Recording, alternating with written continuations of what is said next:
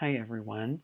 I am a resident in a Republican state in the Midwest that has voted for the Republican candidate in every election from 1968 forward, and by double digit margins. With this in mind, and having kind of an independent streak, often wanting to reform more than the two main parties would be likely to do, twice in my past I have voted for third party candidates, namely Jill Stein twice in 2012 and 2016.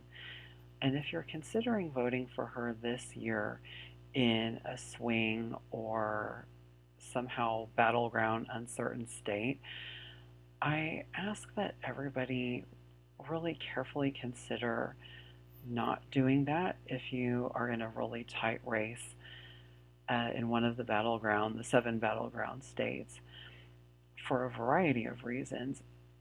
But for, for your own interest, I would say that a lot of the issues that are important to you that would lead you to that decision might totally get drowned out or washed away if the votes for her or third parties become the maligned issue in a state where an unexpected result comes along.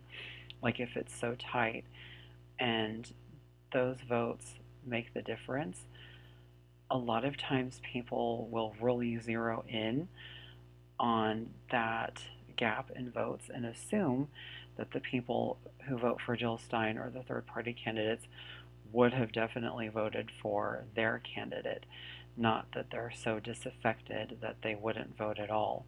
So this is something to really think about carefully. And at the same time, every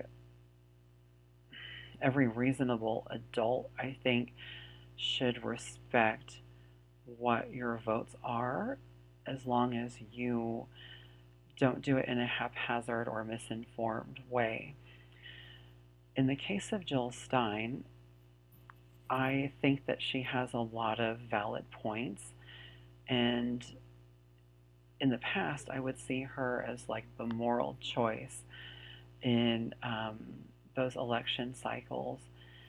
But this time, I really advise, or not really advise, but request that in a battleground state you very carefully weigh the potential consequences of giving your vote to a candidate of a third party.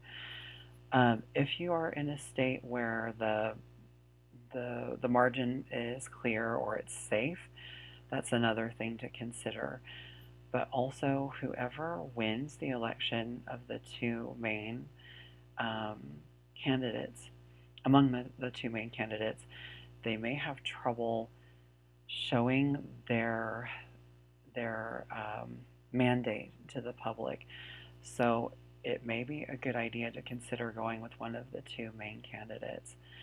Thank you for taking the time to watch, and the best of luck to whoever does end up winning.